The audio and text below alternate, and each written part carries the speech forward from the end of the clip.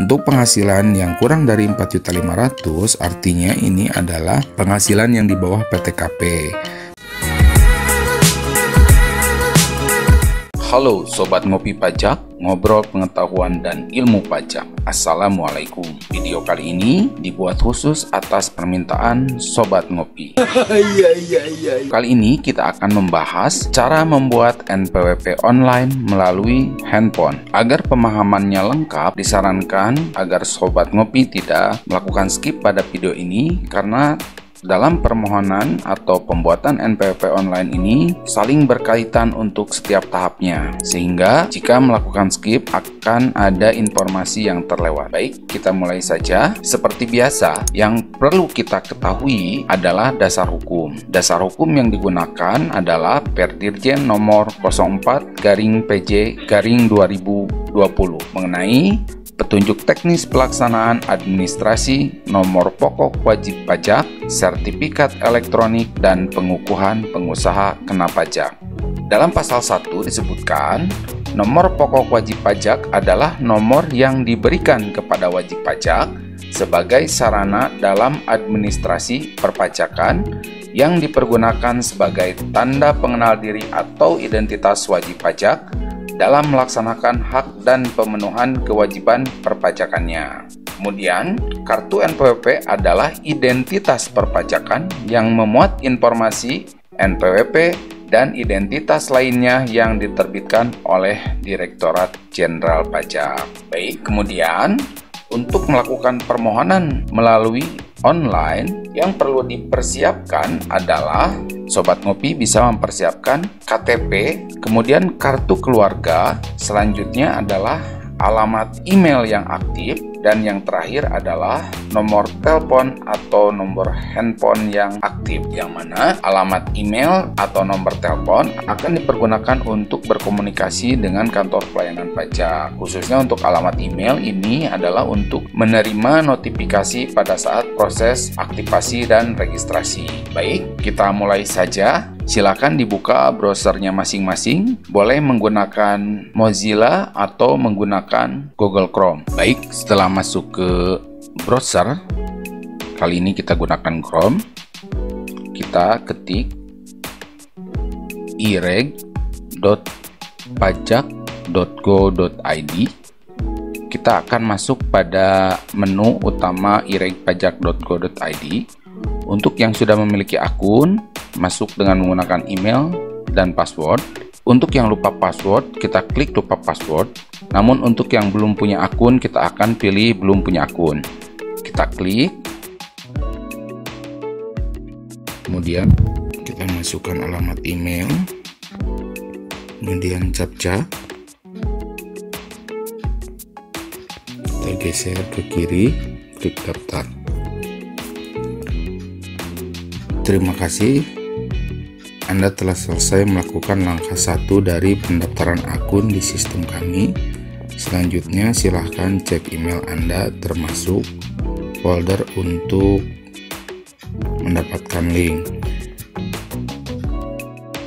Kita akan mendapatkan notifikasi ke alamat email. Kita buka alamat email kita. Ada email masuk dari IREG. Kemudian kita klik link verifikasi. Kita buka. Kita akan masuk kepada langkah kedua, yaitu pendaftaran akun.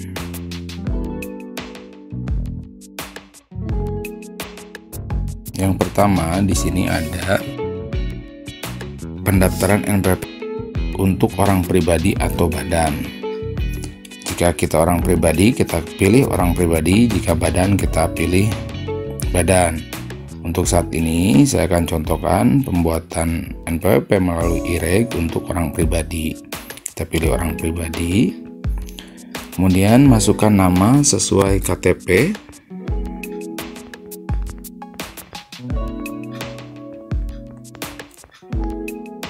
Oke. Selanjutnya adalah memasukkan password.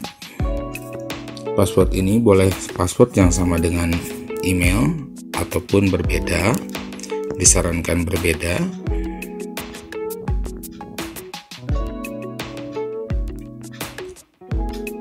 Ulangi.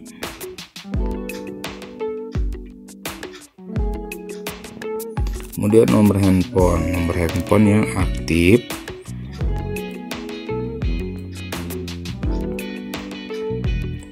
Nomor handphone ini akan digunakan untuk berkomunikasi dengan pajak.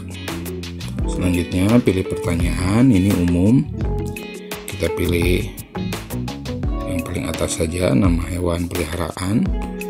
Itu bisa disesuaikan. Untuk jawaban kita bisa pilih, saya coba masukkan burung saja, kemudian masukkan captcha.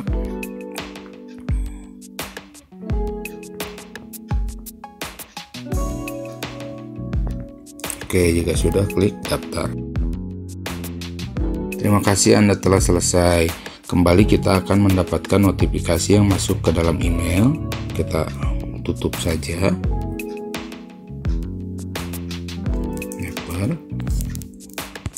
Kita cek kembali alamat email. Kita back. Oke, email aktivasi akun kita buka. Secara sistem di IREG telah menerima permintaan pendaftaran akun. Ini kita masuk untuk melakukan aktivasi. Kemudian kita akan dibawa pada menu IREG kembali. Kita klik di sini untuk memulai pendaftaran NPWP. Nah, kita masuk kembali ke menu utama. Akun kita telah berhasil dibuat, maka untuk login kita akan menggunakan alamat email serta password yang tadi kita buat. Kita masukkan. Oke, password.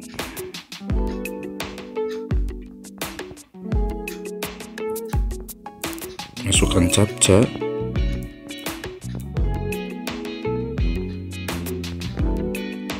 Oke.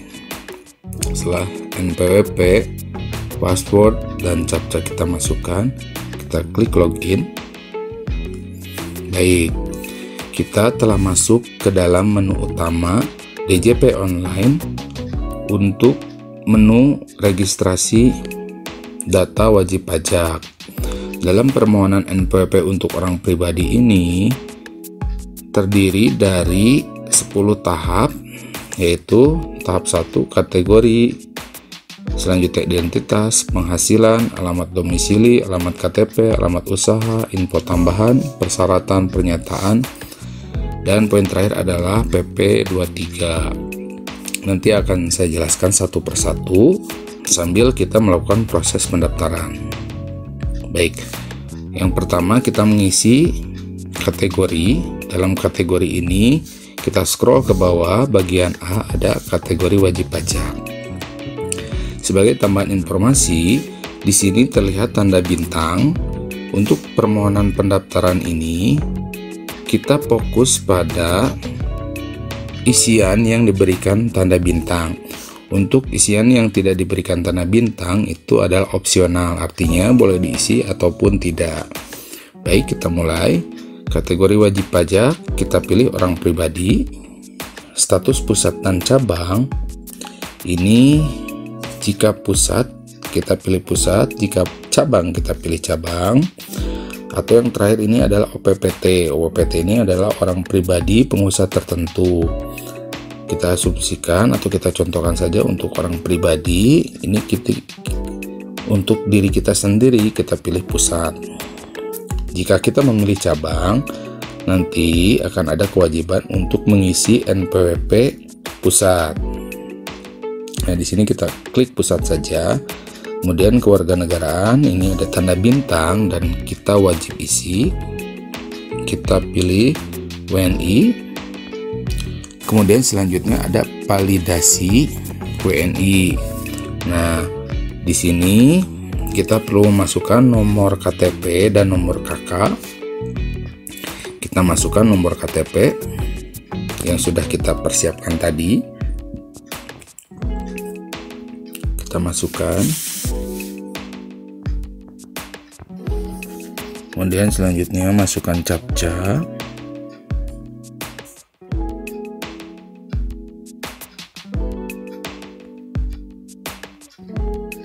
Kita cek. Oke. Berhasil. Selanjutnya kita klik next. Kemudian selanjutnya adalah mengisi identitas. Kita scroll lagi ke bawah. Untuk nama akan otomatis terisi. Gelar depan, gelar belakang ini opsional, boleh diisi ataupun tidak. Selanjutnya tempat dan tanggal lahir otomatis terisi. NIK otomatis terisi. Di sini ada nomor telepon, ini adalah opsional. Kemudian selanjutnya nomor handphone terisi otomatis sesuai dengan pada saat kita daftarkan akun tadi. Yang terakhir adalah nomor fax, ini sudah terisi. Oke, selanjutnya setelah diyakinkan datanya benar, kita klik next. Oke, selanjutnya kita diminta untuk memasukkan data penghasilan. Nah, penghasilan ini tergantung dengan kondisi kita yang sesungguhnya. Jika kita memiliki penghasilan dari pekerjaan atau dalam hubungan kerja, artinya kita adalah seorang karyawan, maka ini di checklist. Kemudian kita pilih klasifikasi lapangan usaha. Sebagai contoh kita pilih pegawai swasta. Namun ini disesuaikan dengan kondisi sobat ngopi. Untuk contoh kali ini kita pilih pegawai swasta. Kita klik pilih. Dengan KLU 9304 kegiatan usaha. Nah, untuk ini jika sobat ngopi adalah pengusaha, untuk sumber penghasilan yang diisi adalah kegiatan usaha. Yang di checklist adalah kegiatan usaha. Ini kita contohkan untuk karyawan. Nah, poin selanjutnya di sini ada pekerjaan bebas. Ini kita lewati saja. Kemudian ini adalah lainnya. Jadi untuk isian sumber penghasilan, jika kita karyawan kita pilih yang paling atas, kemudian kita masukkan KLU, kemudian kita untuk uraian pekerjaan akan terisi otomatis. Nah, selanjutnya kita klik next saja. Nah, kemudian kita diminta untuk memasukkan alamat domisili. Alamat domisili ini adalah alamat lokasi tempat tinggal kita. Alamat domisili ini bisa sama atau berbeda dengan alamat KTP. Kita isi sesuai dengan kondisi yang sebenarnya. Untuk contoh kita isikan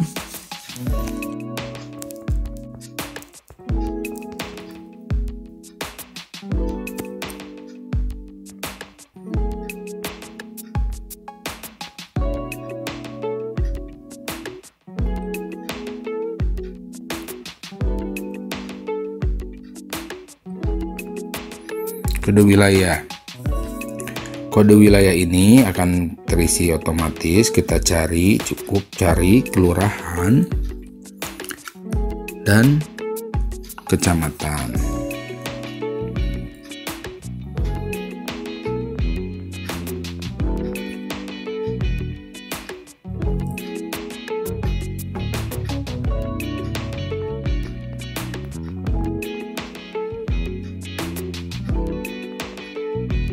Kita klik cari, ada, kita geser, kita klik pilih. Oke, selanjutnya masukkan alamat tinggal menurut keadaan yang sebenarnya. Kita cek, jika sudah benar kita klik next. Oke, selanjutnya kita masukkan alamat KTP. alamat tempat tinggal sesuai dengan dokumen identitas diri. Nah, jika alamat tinggal atau alamat domisili sama dengan alamat tempat tinggal sesuai KTP, ini kita cukup checklist ini saja, maka akan terisi secara otomatis. Namun jika alamat domisili dan KTP berbeda, ini perlu kita isi. Untuk nomor telepon, kita bisa masukkan nomor handphone. Kita samakan saja dengan nomor handphone yang tadi. Oke, selanjutnya kita klik next. Selanjutnya adalah alamat usaha. Alamat tempat usaha ini untuk yang non karyawan atau memiliki usaha. Jadi karena contoh kita adalah tadi karyawan, maka kita klik next saja. Selanjutnya ada info tambahan. Nah, info tambahan ini kisaran penghasilan per bulan. Ini sesuaikan saja dengan kondisi yang sesungguhnya. Sebagai contoh kita pilih kisaran penghasilan per bulan adalah kurang dari 4.500.000. Untuk penghasilan yang kurang dari 4.500.000 artinya ini adalah penghasilan yang di bawah PTKP. PTKP ini adalah penghasilan tidak kena pajak. Oke, kita pilih yang paling atas 4.500.000, kita klik next. Selanjutnya ada persyaratan. Saudara adalah wajib pajak orang pribadi berstatus pusat yang tidak melakukan usaha atau pekerjaan bebas dengan kategori orang pribadi. NIK tervalidasi, tidak ada syarat yang perlu dilampirkan. Jadi untuk update IREG terbaru ini, ketika NIK KTP dan NIK KK tervalidasi secara sistem, maka tidak ada lagi atau tidak perlu kita melampirkan dokumen baik berupa PDF ataupun JPG. Berbeda dengan IREG yang sebelumnya, kita diwajibkan melampirkan dokumen baik itu KTP ataupun KK yang diupload ataupun harus disampaikan langsung, tergantung mana yang kita pilih, diupload melalui sistem ataupun dikirim melalui kurir atau kita datang langsung ke KPP untuk melengkapi persyaratan lampiran permohonan. Nah, untuk IREG yang sekarang ini tervalidasi oleh sistem berdasarkan NIK, KTP, dan KK. Ketika sudah tervalidasi, artinya tidak ada yang perlu dilampirkan, baik dikirim ke KPP maupun diupload. Oke, untuk contoh kita ini sudah tervalidasi, kita klik next.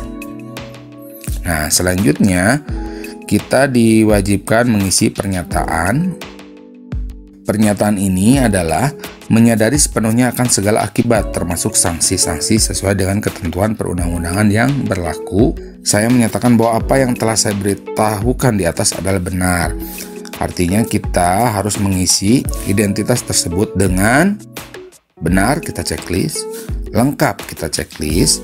Dengan diterbitkan NPWP, saya menyatakan akan melaksanakan hak dan kewajiban sesuai dengan ketentuan perundang-undangan di bidang perpajakan. Nah, artinya ketika kita telah memiliki NPWP, kita telah memenuhi syarat, yaitu syarat subjektif. Syarat subjektif ini artinya kita tinggal di Indonesia.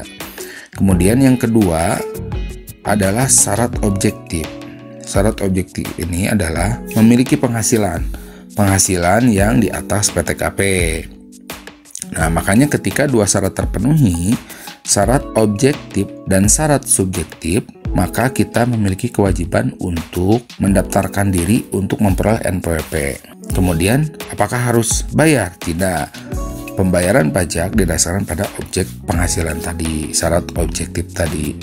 Jadi ketika kita setelah memenuhi syarat objektif, memiliki penghasilan yang menjadi objek pajak dan di atas PTKP, maka kita berkewajiban membayar pajak. Tapi ketika penghasilan di bawah PTKP, kita tidak ada kewajiban untuk membayar pajak. Kemudian, dengan terbitnya NPWP, saya menyatakan, kita checklist yang atas, akan melaksanakan hak dan kewajiban sesuai dengan ketentuan perundang-undangan di bidang perpajakan.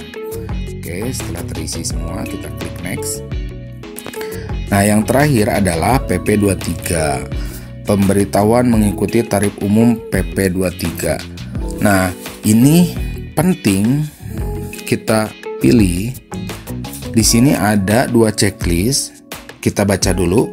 Pemberitahuan mengikuti tarif umum atau PP 23. Berdasarkan peraturan pemerintah nomor 23, wajib pajak orang pribadi memperoleh penghasilan dari kegiatan usaha setelah wajib pajak badan yang berbentuk perseroan terbatas, persekutuan komanditer, firma dan koperasi yang memenuhi kriteria tertentu berhak untuk dikenakan pajak penghasilan bersifat final dengan tarif sebesar 0,5% dari jumlah peredaran bruto. Nah, di sini kita harus betul-betul memastikan. Dulu untuk contoh kasus ini adalah karyawan, maka kita pilih yang bawah, dikenai pajak penghasilan sesuai dengan Undang-Undang Pajak Penghasilan. Artinya di sini kita memilih untuk dikenakan ketentuan umum dengan tarif pasal 17 Undang-Undang PPh nomor 36. Nah, berbeda jika kita adalah pengusaha dan kemudian permohonan ini yang sebelumnya kita dasarkan pada pilihan bukan karyawan atau sebagai pengusaha. Di sini kita betul-betul harus memilih dan meyakinkan akan memilih menjalankan kewajiban perpajakan berdasarkan PP 23 dengan tarif final 0,5% dari omset setiap bulan, atau dikenai pajak penghasilan sesuai dengan undang-undang, atau dikenai pajak penghasilan sesuai dengan Undang-Undang Pajak Penghasilan. Seperti yang tadi saya sampaikan, tarif pasal 17 progresif 5, 15, 25, dan 30% sesuai dengan tarif pasal 17 Undang-Undang PPh nomor 36. Nah, ini kita pilih checklist yang kedua saja. Kemudian klik simpan. Baik. Apakah Anda yakin simpan rekam formulir? Ya. Oke. Sudah berhasil. Setelah proses pengisian formulir selesai, tahap selanjutnya kita geser ke kiri. Oke, di sini ada keterangan kolom aksi. Kolom aksi ini terdiri dari 3 tahapan. Yang pertama adalah rekam atau edit formulir. Rekam atau edit formulir ini telah kita input tadi. Ketika kita masuk ke menu ini dengan keterangan tombol aksi ini berwarna seluruhnya, artinya proses rekam atau input permohonan telah lengkap. Tahap selanjutnya adalah meminta token. Kita klik M, Q, U, F, D, W. Kita submit. Token berhasil dikirim ke alamat email. Kita buka alamat email untuk mendapatkan token. Kita refresh. Oke. Nah, selanjutnya kita ambil yang ini, kita copy dan kita pastekan pada selanjutnya kirim permohonan. Nah, kita tinggal copy paste token tadi di kolom ini. Namun sebelumnya kita baca dulu surat pernyataan memperoleh informasi perpajakan. Saya menyadari bahwa telah memperoleh informasi yang jelas dari Dirjen Pajak bahwa wajib pajak memiliki kewajiban untuk menghitung, memperhitungkan, membayar, dan melaporkan kewajiban perpajakan sesuai dengan peraturan perpajakan. Ini sesuai dengan konsep self-assessment, di mana WP berkewajiban menghitung, memperhitungkan, membayar, dan melaporkan kewajiban pajak sesuai dengan peraturan perpajakan. Selanjutnya adalah kita checklist. Yang selanjutnya, telah menerima penjelasan bahwa wajib pajak terdaftar mempunyai hak untuk memperoleh layanan informasi perpajakan, sosialisasi atau edukasi, konsultasi atau kelas pajak maupun dengan penyuluhan lainnya secara gratis dan memperoleh saran atau materi edukasi. Dapat berupa buku, buklet, leaflet, starter kit, NPWP atau sarana edukasi dalam bentuk lainnya yang disediakan Direktorat Jenderal Pajak untuk membantu wajib pajak melaksanakan kewajiban perpajakan. Selanjutnya, setelah kita checklist, ini token ini kita tinggal pastekan. Nah, kemudian kita tinggal kirim. Setelah dikirim, nanti kita akan mendapatkan notifikasi melalui email. Nah, setelah notifikasi masuk, berarti permohonan NPWP kita setelah disetujui.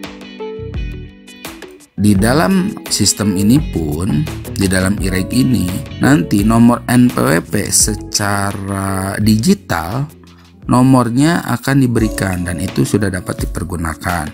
Kemudian tahap selanjutnya, kita tinggal menunggu dokumen fisik NPWP dikirim ke alamat domisili. Nah, jika dalam beberapa minggu tidak mendapatkan dokumen fisik, kita bisa melakukan konfirmasi melalui telepon ataupun WA ke kantor pajak sesuai domisili kita terdaftar, yang sebelumnya bisa kita tahu berdasarkan wilayah KPP.